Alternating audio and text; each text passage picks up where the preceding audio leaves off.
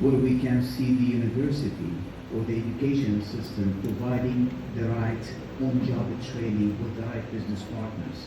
So when we have this human talent coming through education or university, and they get oriented within the companies that they can provide him with the on-job training or orientation, it makes our life easier to acquire this talent. This is one very important point. The second very important point is that education system has to talk the language of business, because the outcome of your institutions is the input of our institutions. And this cannot come without the collaboration, building the bridge, bridging the gap between the educational system and the business environment. And the most important thing is that businesses has to provide this opportunity to the human talent, because now we used to say human capital, now it's a human talent. So what you acquire is a talent, and this talent has to have the adaptability to the changes that the business is facing.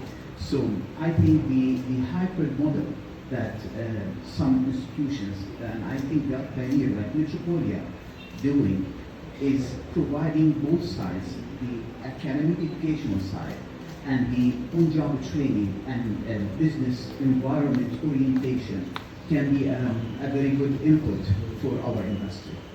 Thank you, Adam. Tôi sẽ nói gắn gọn một chút về Adam. Seeing the quality of students here, and I can see really there's one hunger for knowledge, which is very important. Second,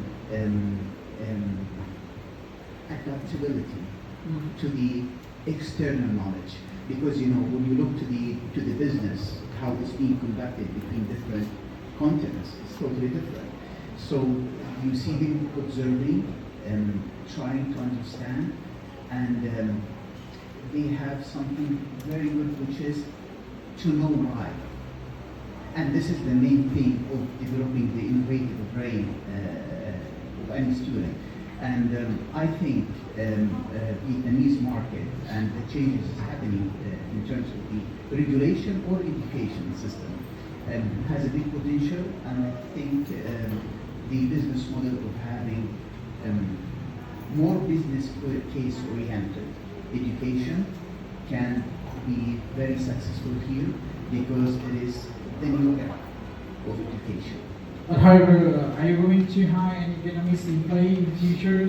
And what is the limit criteria for the Vietnamese employees? What is the limit?